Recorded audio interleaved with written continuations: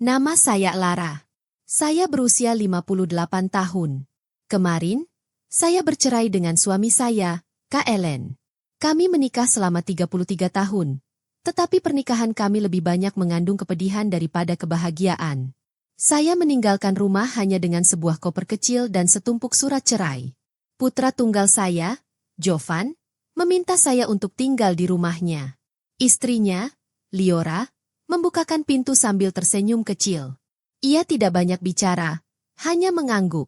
Saya pikir mungkin mereka sudah menyiapkan kamar untuk saya. Namun ketika saya masuk, saya hanya melihat sofa tua berdebu di ruang tamu.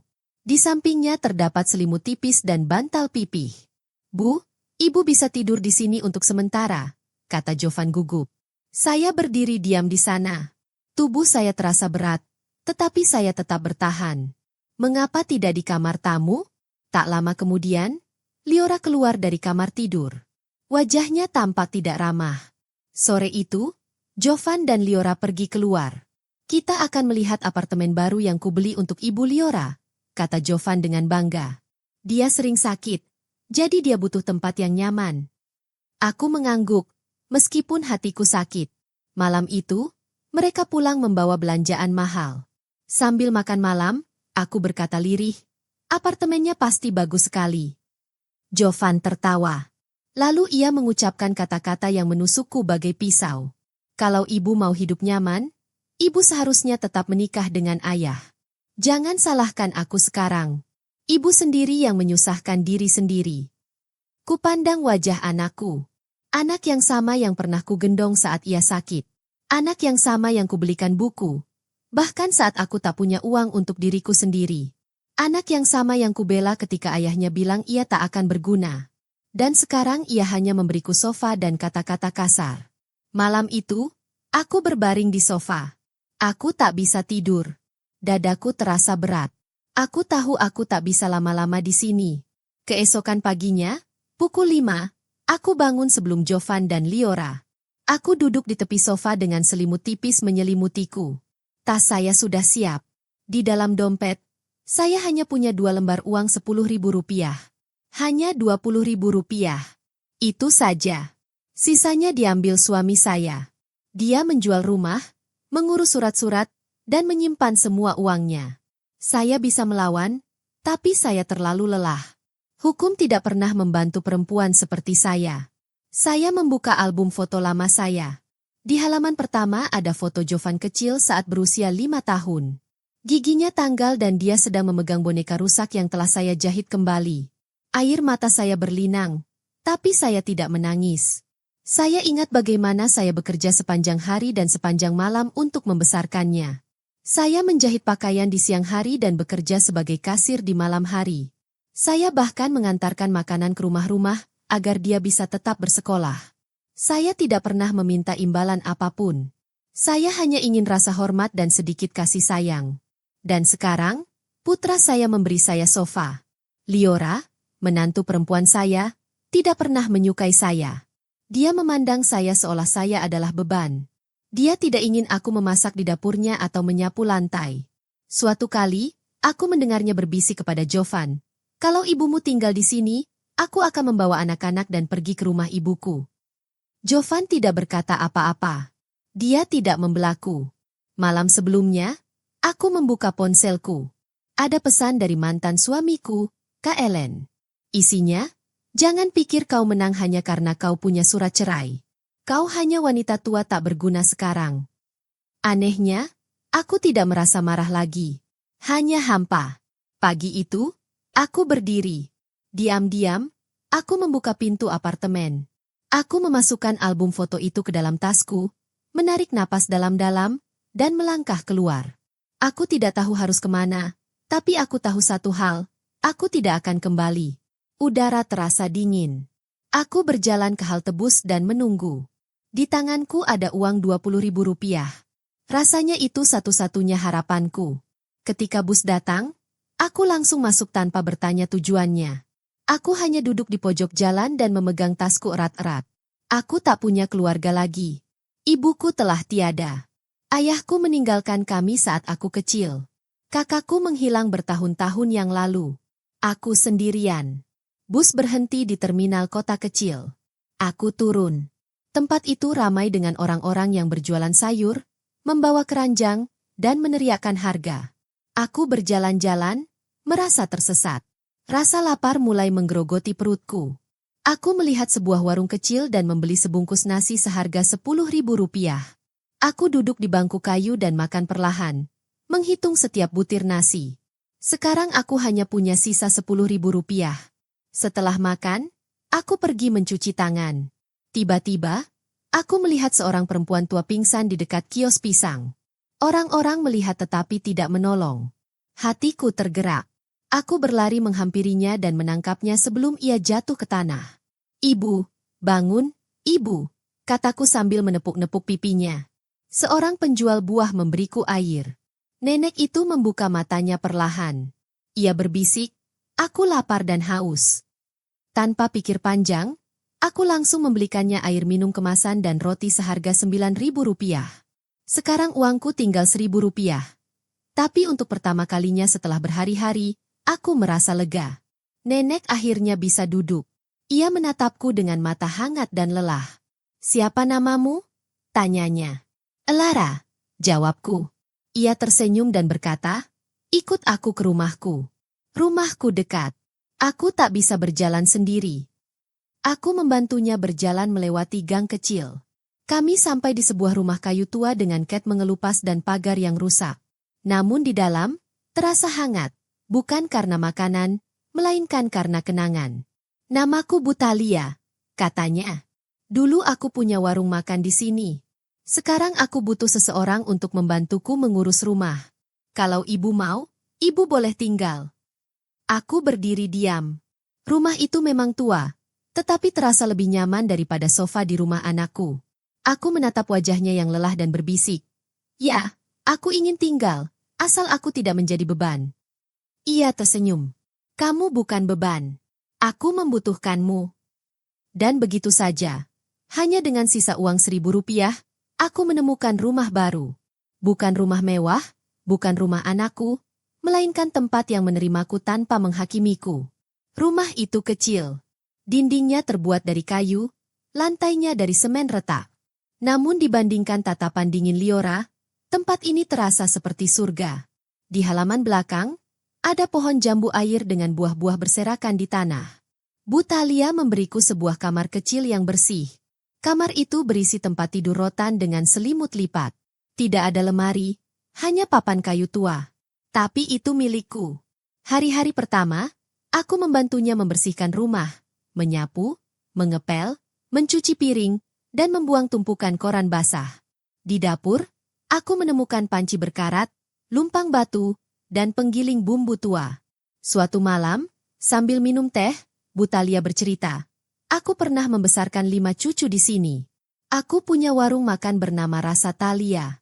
Banyak orang datang, pekerja pasar, sopir truk, bahkan pelancong. Tapi ketika lututku lemas, aku terpaksa tutup. Tidak ada yang bisa melanjutkan." Aku hanya mengangguk, tetapi dalam hati aku penasaran. Warung yang bertahan bertahun-tahun pasti istimewa. Suatu pagi, saat beliau tidur, aku membuka sebuah gudang kecil. Di dalamnya ada buku resep tua dengan tulisan tangan yang rapi.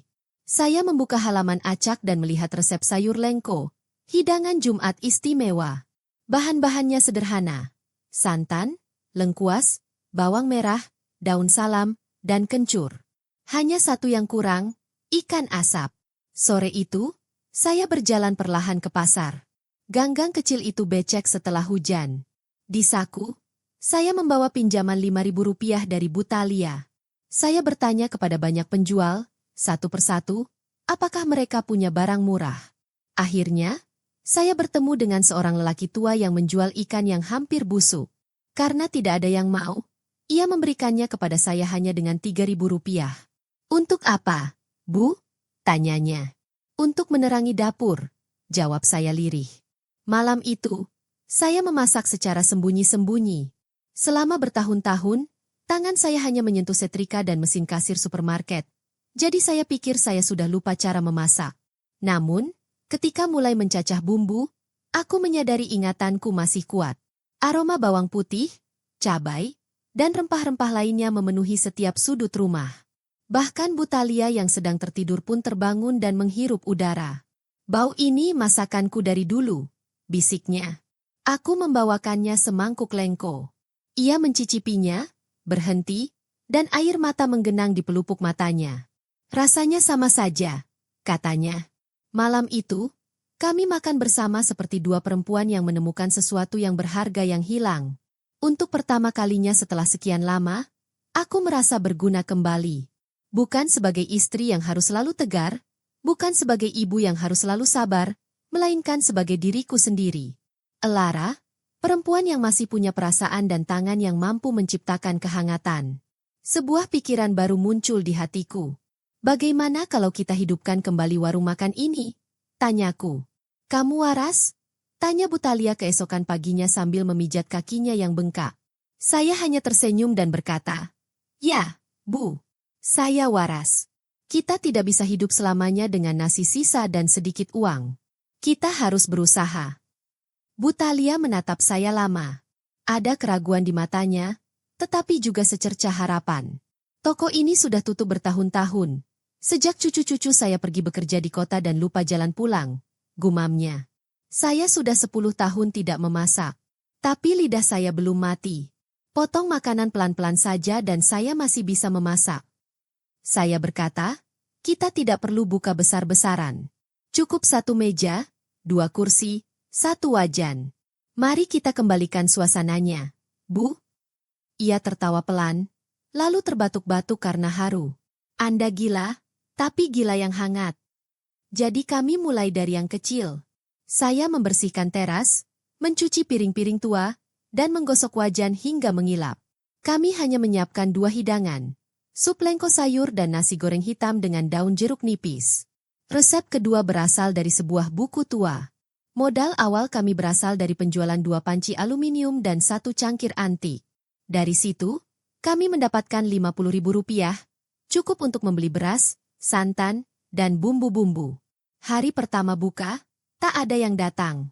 Saya duduk di kursi plastik, mengipasi api arang, menunggu. Beberapa anak berlalu lalang dan mencium aroma makanan, tetapi hanya mengintip. Hari kedua, seorang perempuan tua datang dan memesan sebungkus nasi. Ia memakannya perlahan. Di gigitan terakhir, ia bertanya, "Apakah ini warung Butalia lama yang dulu ramai waktu saya masih di sini?" Saya mengangguk dan berkata, "Ya, akan buka lagi minggu depan. Hanya 2 menu." Keesokan harinya, 3 pelanggan datang. Lalu 5. Lalu 7. Setelah 1 minggu, bahan-bahan makanan kami habis pukul 11. "Saya kira orang-orang tak akan mau lagi dengan rasa ini," kata Butalia, matanya berkaca-kaca. "Bukan hanya rasa, Bu, tapi kenangan," jawab saya. Seorang pria paruh baya, Pak Idris, mantan sopir truk, datang karena mencium aroma sup dari kejauhan. "Ini aroma masa mudaku," tawanya. Saya mulai menyebut diri saya Bularas, bukan Elara. Bukan untuk bersembunyi, melainkan untuk memulai yang baru. Nama itu berasal dari buku resep Butalia, bertanda tangan LR, Laras Talia. Hari demi hari, toko kecil kami menjadi buah bibir di pasar. Orang-orang berkata, itu kios tua peninggalan cucu-cucu dan dihidupkan kembali oleh 2 perempuan tua. Namun saya tahu yang sebenarnya, bukan tokonya yang dihidupkan kembali, melainkan saya. Setelah diusir dari rumah sendiri, dihina oleh keluarga sendiri, dan tak punya tempat tinggal, saya menemukan rumah lagi, di atas tungku, dengan aroma rempah-rempah. Perlahan-lahan, orang-orang mulai memanggil saya bukan istri Kak Ellen, bukan Ibu Jovan, melainkan Bularas, perempuan yang menjaga kehangatan yang terlupakan. Setiap pagi, sebelum ayam jantan berkokok, saya berdiri di dapur. Alu batu saya menari-nari saat saya menumbuk cabai merah, kemiri, lengkuas, dan bawang putih. Kayunya retak. Api menyala, dan asap mengepul sebagai tanda hari baru. Warung kami tak punya nama besar, tak ada papan nama, hanya kertas robek bertuliskan, nasi goreng hitam dan sayur lengko Bularas. Namun pelanggan tetap berdatangan, mulai dari pemilik toko, pedagang sayur, dan satpam, hingga ibu-ibu dari kelompok pengajian. Beberapa datang dari luar pasar setelah mendengar cerita tentang kami. Seorang perempuan, Ningrum, yang pernah menjadi pelanggan Thalia 10 tahun lalu, kini menjadi guru, memotret nasi goreng hitamnya dan mengunggahnya ke sebuah grup komunitas. Tak lama kemudian, warung kami menjadi viral di desa. Setiap pagi, kursi-kursi sudah penuh. Beberapa orang bahkan duduk di trotoar hanya untuk makan semangkuk sup lengko. Kami tak punya pekerja, hanya kami berdua. Kami berbelanja, memasak, dan mencuci piring sendiri. Melelahkan, tapi bermakna. Suatu malam, setelah tutup, Bu Thalia memberi saya sebuah amplop. Ini bagianmu, katanya. Di dalamnya ada 3 lembar uang 100.000 rupiah. Saya menggeleng. Bu, saya tinggal di sini, saya makan di sini. Tidak pantas mengambil sebanyak ini. Ia menjawab dengan tegas, Bu Laras, kamu bukan sekadar tamu. Kamu bagian dari toko ini sekarang. Sejak saat itu, toko kami lebih dari sekadar tempat makan. Toko kami menjadi tempat berbagi cerita. Para pelanggan bercerita tentang kehidupan mereka, anak-anak mereka yang pindah, suami mereka yang pergi, kesepian mereka yang hanya bisa disembuhkan dengan makanan hangat. Suatu hari, saya mendengar nama yang saya kenal baik, Liora. Seorang pelanggan mengatakan bahwa Liora Andinata, yang sering mengunggah kehidupannya yang kaya di media sosial, akan mengikuti sebuah acara kuliner. Ia tinggal di apartemen mewah bersama mertuanya. Saya terpaku. Itu menantu perempuan saya. Yang berarti Jovan, putra saya, sudah dekat. Mereka hidup bahagia di media sosial selama saya di sini, menghitung cabai. Tapi saya tidak merasa marah. Hanya satu keinginan. Jika saya tidak bisa memeluk anak saya sendiri, biarkan saya dipeluk oleh orang asing yang menyukai masakan saya. Sudah lebih dari sebulan sejak saya meninggalkan rumah Jovan. Dia tidak sekalipun menelepon atau mencari saya. Ponsel saya mati sejak hari kedua. Lalu, suatu pagi, pasar itu berbeda. Setelah kami melayani pelanggan terakhir, seorang pemuda berpakaian rapi berdiri di depan kios kami. Dia melihat sekeliling seperti sedang mencari sesuatu. Apakah ini kios Bu Laras yang terkenal itu? Tanyanya sopan. Ya. Mau pesan apa? Tanya saya. Nasi goreng hitam dan lengko sayur. Silakan. Keduanya dibungkus. Saya kembali ke dapur, tetapi jantung saya berdebar kencang. Suara itu, cara berdiri itu, saya tahu itu. Saya mengintip melalui celah dinding. Itu putra saya, Jovan. Tangan saya gemetar saat menyendok nasi, tetapi saya tetap tenang. Aku tak ingin dia melihatku sebagai ibu lemah yang mengemis cinta. Aku ingin dia melihatku sebagai diriku sendiri. Aku mengemas makanan dan menyerahkannya. Harganya 5.000, kataku. Ia memberiku uang tanpa menatap mataku. Lalu ia tersenyum kecil. Rasanya seperti masakan ibuku. Dulu ia sering memasak ini. Aku hanya balas tersenyum. Semoga rasanya membantumu mengingat. Aku merindukanmu, Bu, bisiknya. Aku mengangguk dan memperhatikannya pergi perlahan sambil membawa bungkusan itu. Hatiku ingin sekali memanggilnya, memeluknya, tetapi aku menahan diri. Itu anakmu, kata Bu Thalia. Aku menunduk ke lantai. Ya, tapi dia tidak mengenaliku. Ia mengangguk pelan. Terkadang orang-orang terdekat justru yang paling buta. Jangan biarkan rasa sakit yang lama merenggut kebahagiaan barumu. Kalian sekarang Bu Laras. Air mata mengalir di pipiku. Bukan karena rasa sakit, tetapi karena darah dagingku sendiri tidak mengenal wajah ibunya. Namun, aku merasa lebih kuat daripada kesedihan.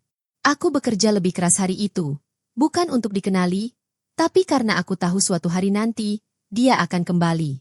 Dan ketika hari itu tiba, aku ingin dia melihat siapa diriku sebenarnya. Jauh di sebuah apartemen mewah, Ibu Liora, Bu Solara, duduk memoles kukunya. Liora menyusui anaknya sambil menggulir layar ponselnya. Jovan berdiri di dekat jendela, tampak murung. Aku merasa tidak enak meninggalkan ibu seperti itu. Aku tidak tega membiarkannya tidur di sofa, gumam Jovan. Liora mendesah. Jangan terlalu khawatir. Dia pergi sendiri tanpa kabar. Sudah lebih dari sebulan tanpa kabar.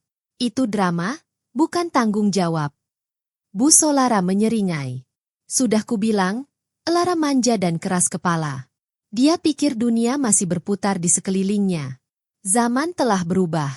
Kita tidak bisa mengurus wanita tua yang bahkan tidak tahu cara hidup yang benar. Jovan menundukkan kepalanya. Tapi dia ibuku. Ibu kandungku, katanya. Ya, Selaliora, tapi kau sudah punya istri dan anak. Keluarga barumu seharusnya menjadi prioritas utamamu.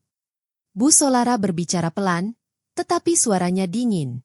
Sekalipun perempuan tua itu sekarang hidup di jalanan, itu pilihannya. Mungkin dia hanya ingin dikasihani. Jangan biarkan dia memanfaatkan perasaanmu. Jovan memejamkan mata. Ia merasa bersalah. Ia teringat wajah perempuan tua di warung makan itu. Matanya terlalu familiar, suaranya terlalu hangat, dan rasa nasi goreng hitamnya persis seperti masakan ibunya. Malam itu, Jovan duduk diam dan membuka foto-foto makanan warung yang dibagikan orang-orang di media sosial. Ia membandingkan bumbu, penyajian, bahkan cara cabai dipotong.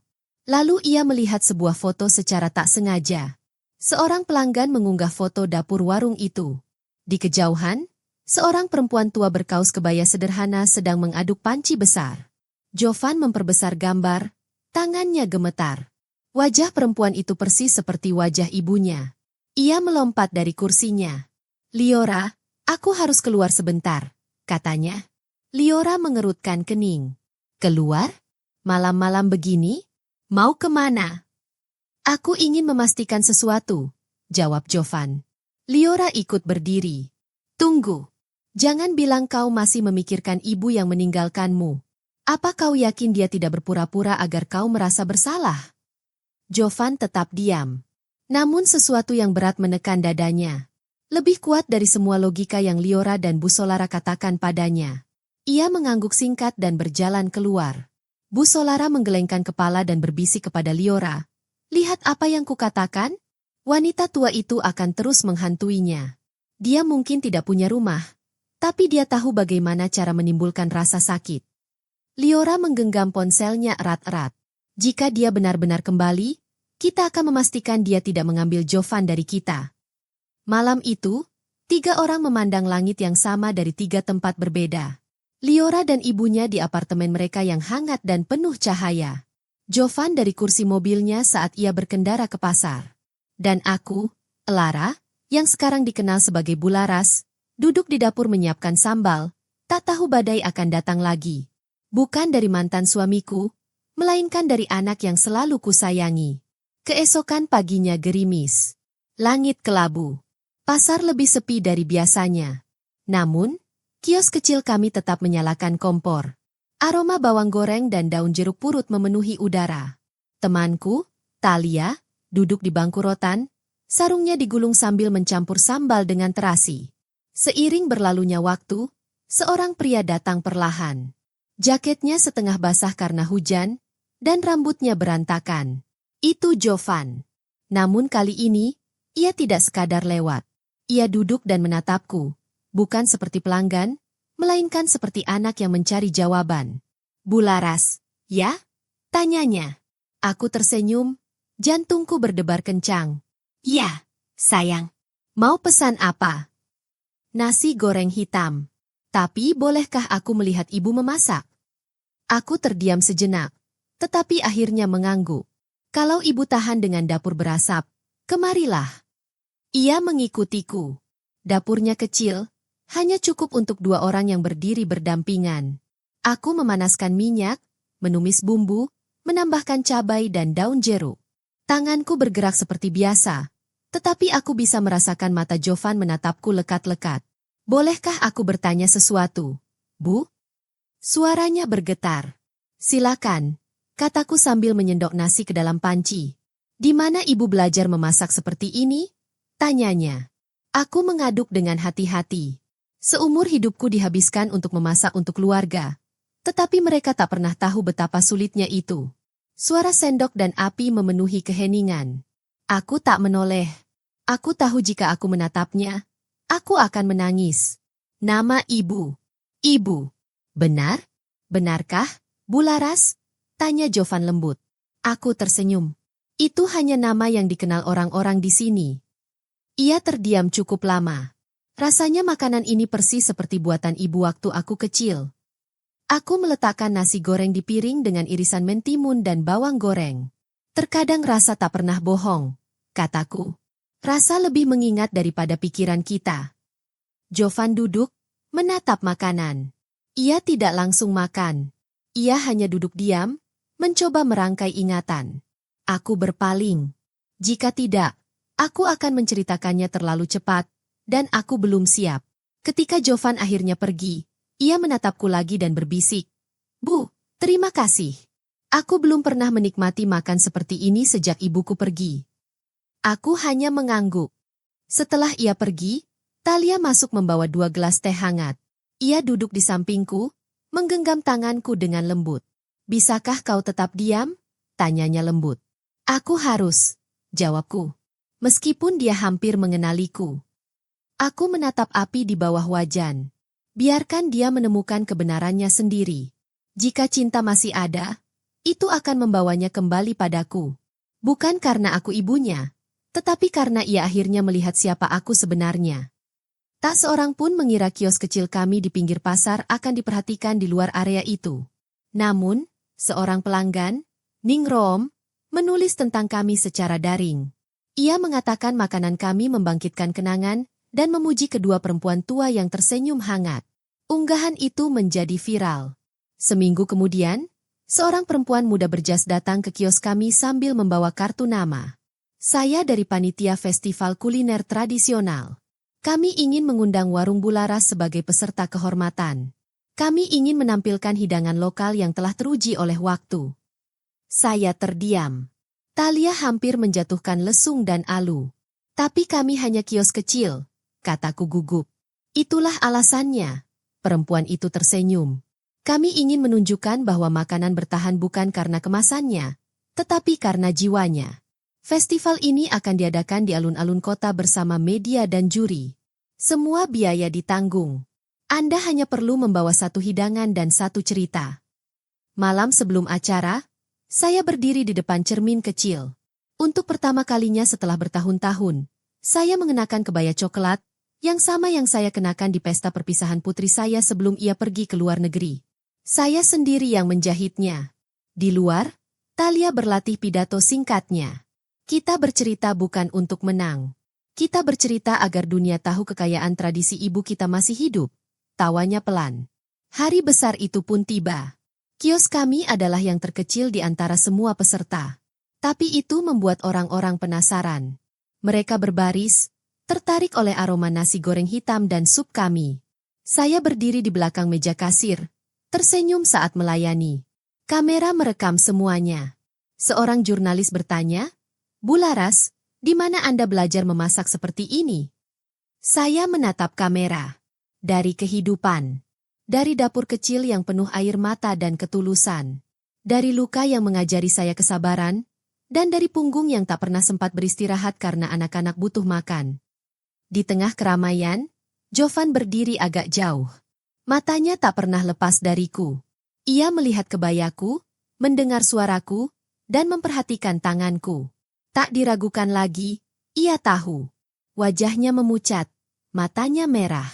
Ia maju beberapa langkah, lalu berhenti.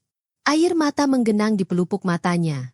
Orang-orang berfoto dan memuji stan kami, tetapi Jovan hanya melihatku.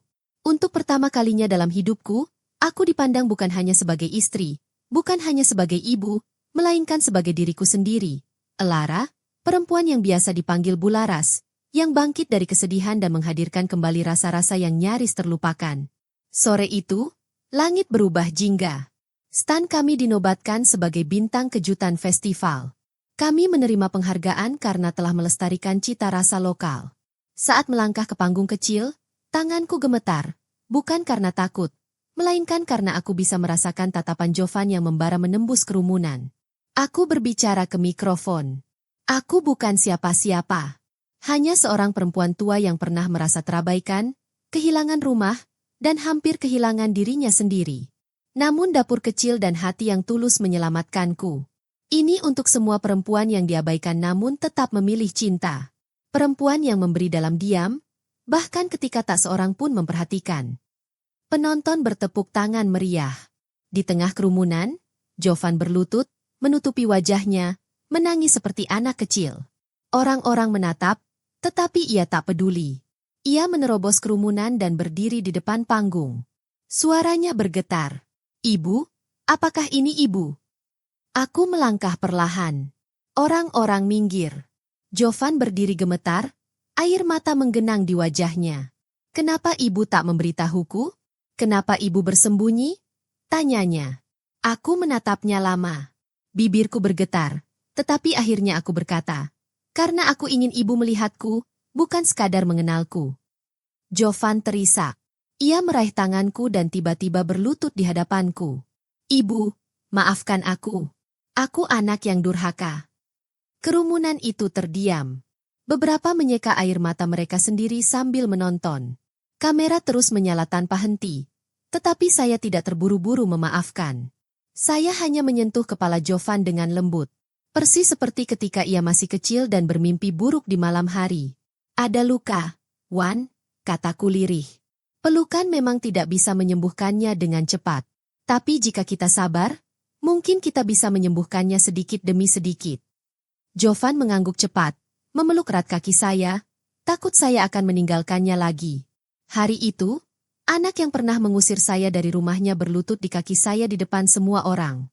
Tapi saya belum siap untuk pulang bersamanya. Belum. Waktunya belum tiba. Malam itu, setelah festival berakhir dan tenda-tenda diturunkan, Jovan masih duduk di bangku panjang di depan warung makan kami. Lampu-lampu dimatikan satu persatu, tetapi ia tidak bergerak. Ia duduk diam, seperti anak kecil yang takut ibunya akan meninggalkannya di tengah keramaian. Aku duduk di sampingnya, membuka termos kecilku, menuangkan teh jahe ke dalam 2 gelas plastik, dan memberinya satu. "Terima kasih, Bu," bisiknya. Kami duduk dalam diam. Jovan memainkan gelas itu, tak sanggup menatapku. "Aku bahkan tak ingat kapan terakhir kali ibuku memasak untukku," katanya lembut. "Aku menginginkan perasaan itu, tapi aku malah mengusirmu dari hidupku." Aku menarik napas dalam-dalam. "Ibu tidak mengusirku, Wan. Ibu hanya tidak membukakan pintu." Dia menoleh. "Tapi ibu tidak marah, kan?" Aku tersenyum kecil. "Aku marah. Tapi lebih dari itu, aku kecewa. Karena aku membesarkan anak bukan agar dia bisa membuangku saat aku tak lagi berguna." Matanya berkaca-kaca. "Liora dan Bu Solara, mereka menjelek-jelekanmu, Bu. Aku percaya mereka. Aku diam saja ketika Liora bilang kau hanya beban. Aku diam saja ketika ibu menyuruhmu tidur di sofa. Tapi aku ingat, ibu tak pernah membiarkanku kelaparan, bahkan ketika ibu sendiri tak makan." Setiap kata yang diucapkannya malam itu terasa seperti jawaban atas doa-doaku yang terlupa. "Aku ingin membawamu pulang, Bu. Ibu boleh tinggal di kamarku. Liora akan mengerti. Aku akan bicara dengannya." Aku menatapnya dengan tenang. "Wan, aku sudah punya rumah. Tidak besar, tapi di sini orang-orang menghormatiku. Bukan karena status, tapi karena siapa diriku." Ia menundukkan kepalanya. "Tapi aku anakmu, Bu. Dan kau akan selalu menjadi anakku," kataku. "Tapi bukan berarti aku harus kembali ke rumah yang tidak menghargaiku. Aku tidak marah, Wan. Aku hanya memilih tempat di mana aku diperlakukan sebagai manusia." Jovan menggenggam tanganku. "Aku tahu ini terlambat, tapi biarkan aku menebusnya. Sehari demi sehari." Aku menatap matanya. Untuk pertama kalinya setelah bertahun-tahun, aku melihat putra kecilku lagi. Bukan pria keras kepala itu, melainkan anak yang pernah kugendong dan kusayangi. "Baiklah," kataku. "Tapi kau tidak menebusnya untukku. Kau menebusnya untuk dirimu sendiri." Dia mengangguk sambil menangis. "Bolehkah aku ikut ke bilik? Aku bahkan akan mencuci piring." Aku terkekeh. "Kalau kau bisa mengurus dapur kecil, ya sudah. Tapi jangan harap aku akan memanjakanmu seperti dulu." Malam itu, di antara meja lipat dan aroma sambal, ibu dan anak itu akhirnya berbincang dari hati ke hati. Keesokan paginya, sebelum pasar ramai, Jovan berdiri di pintu kios mengenakan celemek pinjaman. Ia siap mencuci piring, menyapu, dan memotong cabai. Tangannya memang kikuk. Ia menjatuhkan semangkuk sambal dan memercikan minyak, tetapi ia tak pernah mengeluh. Bu Thalia, yang duduk di kursinya sambil memperhatikan, berkata, "Akhirnya, ada pria yang betah di dapur ini." Jovan tertawa malu-malu. "Saya sedang belajar, Bu." Tak lama kemudian para pelanggan berdatangan, dan kios kami kembali ramai. Namun orang-orang berbisik-bisik tentang pemuda yang membantu saya. Apakah dia cucu Bularas? Mungkin dia anak adopsi. Rumor menyebar, tetapi saya tidak menjelaskan. Ini bukan tentang memberitahu, ini tentang menunjukkan perubahan. Sore itu, Liora datang dengan gaun pesta dan parfum yang kuat. Ia berdiri di depan meja kios, marah. Jovan membeku. Ia segera melepas celemeknya dan berjalan menghampirinya. "Liora, jangan ribut," katanya. Liora menunjuk saya. "Jadi itu benar. Ini ibumu. Kau berbohong padaku. Orang-orang mengejekku, bilang ibu mertuaku kabur, dan kau malah berjualan makanan di pasar. Apa kau sudah muak mempermalukan keluarga kita?" Orang-orang menoleh. Bu Thalia ingin menenangkan suasana, tetapi aku menghentikannya. Liora melotot. "Kau mau mengambil Jovan kembali? Kau mau mengambilnya dariku?" Aku berdiri dengan tenang. "Aku tidak pernah mengambil Jovan. Kalau dia datang padaku, itu karena kau mengusirnya." Liora tersipu. "Jadi kau memilih tinggal di sini bersama orang-orang pasar, meninggalkan anak-anakmu demi kios ini?" Dan saat itu, Jovan berlutut di hadapanku. Di hadapan Liora, di hadapan para pelanggan, ia mencium tanganku. "Ibu," katanya dengan suara gemetar, "biarkan aku menebus semuanya. Bukan untuk membuktikan apapun, melainkan untuk meminta maaf karena membiarkan orang-orang mempermalukanmu di depan mataku." Liora membeku, matanya berkaca-kaca, tetapi bukan karena cinta, hanya karena amarah. Ia berbalik dan pergi tanpa sepatah kata pun. Langkah kakinya terdengar keras di lantai pasar. Aku menyentuh kepala Jovan. "Bangun, Wan. Kau sudah cukup menanggungnya. Sekarang berdirilah dan jadilah pria yang tahu dari mana asalnya." Dalam hatiku, aku tahu perjalanan kami belum berakhir. Tapi untuk pertama kalinya, kami berjalan bersama. Setelah hari itu, Liora memblokir nomor Jovan. Ia berkata padanya, "Pilih ibumu atau anak-anakmu. Kau tak bisa memiliki keduanya." Jovan hancur. Berhari-hari ia bekerja dalam diam, membantu di kios, memandangi hujan. Anak-anaknya tak menjawab panggilannya.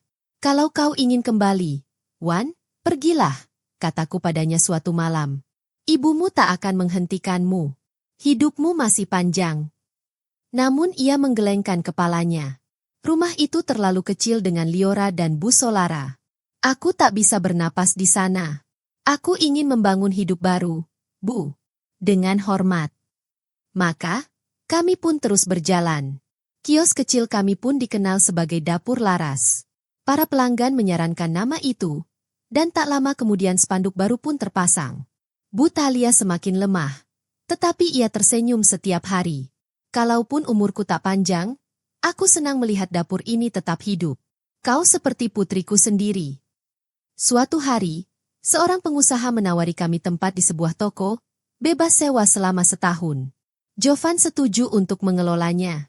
Begitulah kios kedua kami lahir. Dinding bersih, dapur rapi, makanan sederhana yang sama. Aku tinggal di kios pertama, tempat semuanya bermula. Suatu malam, saat aku hendak menutup pintu, seorang remaja datang. Ia putra sulung Jovan. Ia berdiri dengan malu-malu.